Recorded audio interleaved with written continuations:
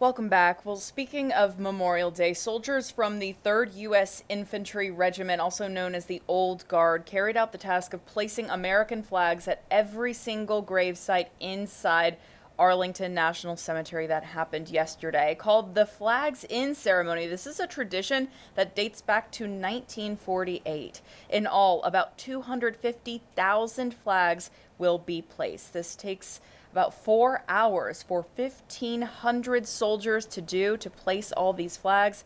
They won't stay long. All the flags will be properly removed Tuesday morning before the cemetery is reopened back to the public. And on Memorial Day, the somber call of TAPS will honor military veterans who made the ultimate sacrifice. Those 24 notes date back to the Civil War. Karin Caifa introduces us to one man who has dedicated decades to the sound of sacrifice. Yari Villanueva's experience with the bugle call TAPS started as a scout. I was the troop bugler, so I would sound taps and reveille and mess call when we were out on camping trips. During 23 years with the U.S. Air Force Band, he participated in thousands of ceremonies at Arlington National Cemetery and elsewhere. But a single question launched him on a decades-long mission. The chief who was in charge of the band leaned over to me and said, "Where did the call come from?" And I was dumbfounded because I couldn't give him a good answer. Villanueva decided to learn everything he could about bugling and taps and share it.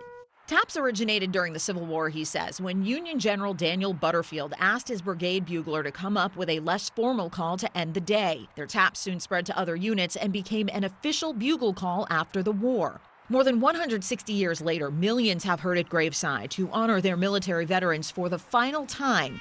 Buglers, Villanueva says, should strive for perfection every time. That's going to be the lasting impression that they have for the rest of their lives, that when they were at the cemetery, they heard that bugle sounding those 24 notes. On a steamy May day at Baltimore National Cemetery, where veterans have been laid to rest since World War II, Villanueva sounded those 24 notes.